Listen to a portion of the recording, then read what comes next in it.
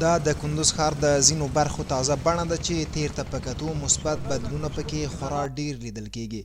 د دغه ولایت د ښاروالي ریاست مسؤلین وایي د روان کال په اوږدو کې د ښار ښکلا او په پراختیایي برخه کې د خلکو شته ستونزو د حل په موخه لسګونه لویې وړې پروژې تطبیق کړي او د یو شمېر نورو هغو کارونه لا هم روان دي.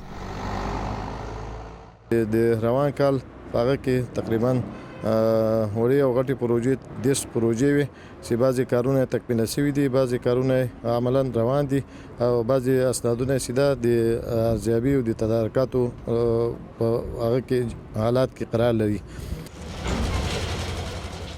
له دې سره کندوز میشتي روان کال د رغنیزو پراختیایي پروژو د تطبیق په برخه کې د کندوز ښاروالي ریاست فعالیتونه ستایي او له یادې ادارې د خپلو پاتو ستونزو د حل غوښتنه کوي.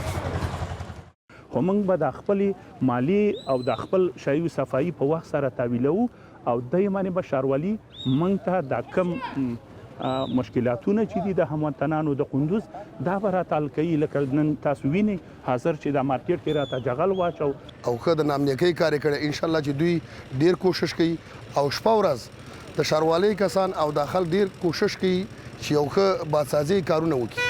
موږ ترې راضي یاستو.